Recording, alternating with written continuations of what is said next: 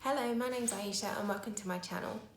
So today's video, although I'm in the kitchen, it's not the kitchen tour. It's actually just going to be a bit more about how I got onto the property ladder, because I know that there are lots of people out there that are thinking that, they don't have the finances, or maybe the wage as well, because your wage is very important in terms of getting on the property ladder, because that's what banks lend you money based on.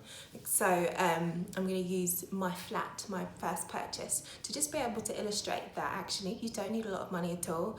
And if you go back to the video that I did on the 7 tips for getting on the property ladder, what's important if you don't have a wage is to not build up debt. Okay, so you want to be as debt free as possible, because although my wage was decent, I sold myself short by having like a car loan, and also my student finance as well from when I went to university was on there. So that decreased the amount of money that I was able to borrow from the bank. But when I show you the figures for my flat, you'll realise that actually the wage isn't, like, you can make it work. If you're on a lower wage, you can make it work, and you can make it work with a low deposit as well. So I'll put some pictures in of my first flat that I bought. It was a 1-bedroom flat in the Kent area.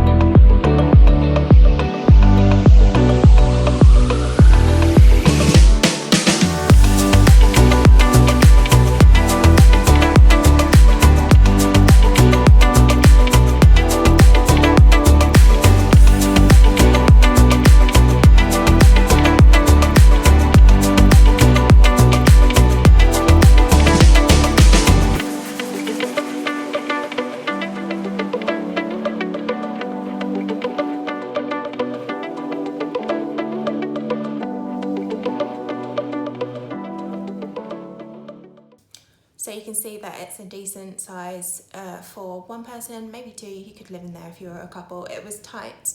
The bedroom was small. I had a small double bed in there. I think the previous people before me had a double bed in there, but I just found it, just getting those few inches of space kind of really worked for me in that flat. So I compromised on the things that I bought.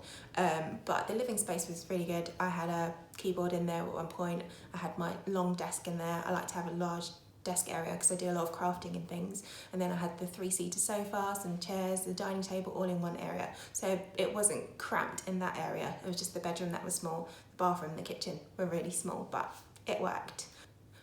I actually bought that flat for £92,000. It was on the market for, I think, 99,950 or 999 or something like that, basically £100,000. So if you do your maths, 5% of that works out to be £5,000. So I managed to barter the costs down, just because there was a lot of work to do in it. And when I got my the home buyers report, he valued it slightly lower, so I used that to be able to say, well, this needs doing, everything needs doing, so actually take a few £1,000s off. And she agreed. She was a motivated seller because she had previously had a sale fall through because someone couldn't get their finances together or something. So she was motivated. She was living somewhere with her husband. She didn't need the flat anymore. She had been renting it out and she just didn't want it anymore. So that's important, to find someone who's a motivated seller, and they're going to be able to give you maybe or accept a lower offer. So yeah, £92,000. The deposit was going to be £5,000. By the time I managed to barter, my deposit then came to, by my maths, £4,600. Right, in my ISA account, I probably had about £7,000. So that's not a lot of money. And some people have that money in the bank. I know friends who have way more money than I do, and they're not on the property ladder because, I don't know, they have one excuse or the other. I don't really know what they're doing with their money. Me personally, I don't want my money sitting in a bank doing nothing, because it's not appreciated in value. I maybe get like 1% interest or something silly like that. So I really want my money to be able to work for me, and it just so happened that this matched what I had in my bank account. So I thought I'd go for it. and it's not far from London. I'm originally a Londoner. It's a half an hour drive, so my flat is half an hour away from where I originally lived in southeast London, so that is not a lot at all. I can still get to see my friends and my family and everything like that. And also my sister lived like 20 minutes away from me in a better area than I'm in, but it was close, so it wasn't a challenge to move further out.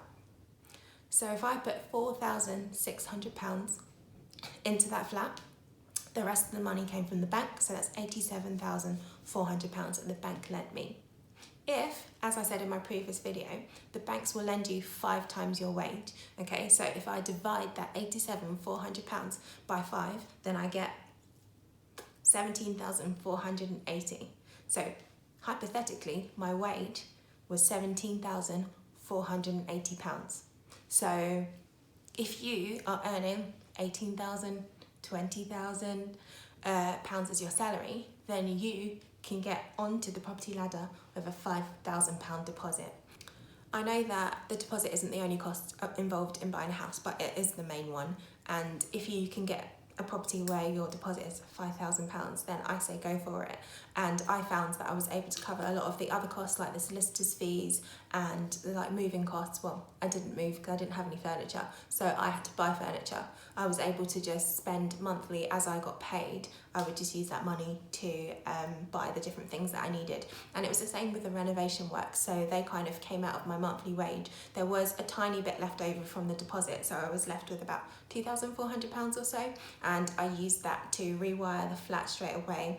And then the person who I used to rewire wasn't able to sort of cover his tracks, so then I had to do plastering. So that sort of took up the rest of my savings, and then all of the other works, so like getting the kitchen fitted, I got that on finance. Then I just found a builder that I knew who allowed me to pay him bit by bit for the works, and you will find a lot of builders might do that for you. So even in this house, it's a builder, I don't know him, my usual builder wasn't available, so I had to find someone, and he just let me pay him bit by bit. So my advice is to find something that is small to start off with, to get on the property ladder, that maybe needs work doing, and then you can just use your monthly wage, your income in, to just renovate, and then when you're ready, you can sell it, and you can sell it for more of a profit. So I bought the house for £92,000. I ended up selling it for £138,000.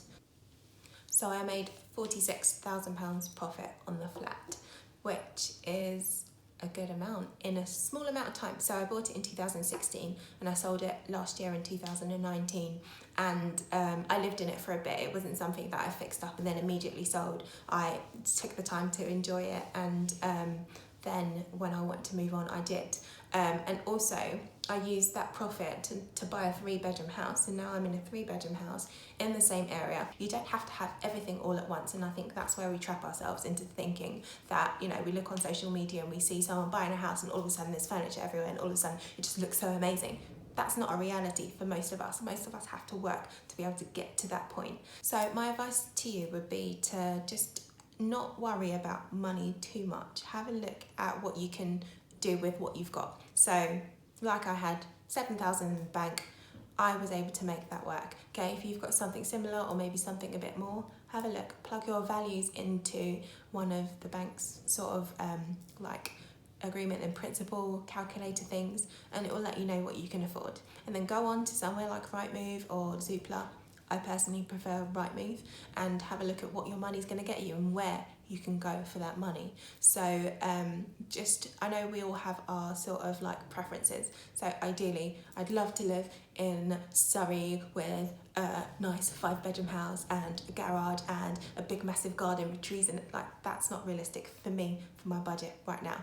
I had to start off in a tiny 1-bedroom flat, and that's fine because I then used that flat to be able to buy my 3-bedroom house, and then I'm going to be able to use this house to be able to move on and do something else. So it's bit by bit. Some people can make it work. Some of us have to work a little bit harder and do things gradually, bit by bit. So, you know, as I said to you, I now have a 3-bedroom house. So what I did was I spotted something that was cheap, so £92,000. I had a look at other 1-bedroom flats, what they were going through it for, and they were going for something like 130, 140, 150, 160. And so I thought to myself, okay, if I put a little bit of money into this flat, then at the end, I'm going to be able to get 30 grand or 40 grand or whatever on it, depending on the works that I put in. So that's what I did. I bought it, I did some renovation works. They sort of came to around, I would say 7,000 in total. I didn't go crazy on it, and I wasn't able to really because the kitchen was tiny and the bathroom is tiny. So that helped out a lot, kept costs down. And so then I was able to sell it for £138,000. So £92,000, sold it for £138,000. So I made £46,000 profit. I then used that money to, one, put some money down on my deposit, and then two, I had bought a new car, so I paid that car off. So a new car and a 3-bedroom house, all for the price of £5,000, really, if you think about it. So yeah, you've got to be smart with your money, and you've got to sort of compromise. So yeah, I hope that's kind of given you some kind of inspiration and just showed you that actually you don't need to have a massive wage, you don't need to have a lot of savings. Definitely have a look, don't feel discouraged, go out there and get a property of your own.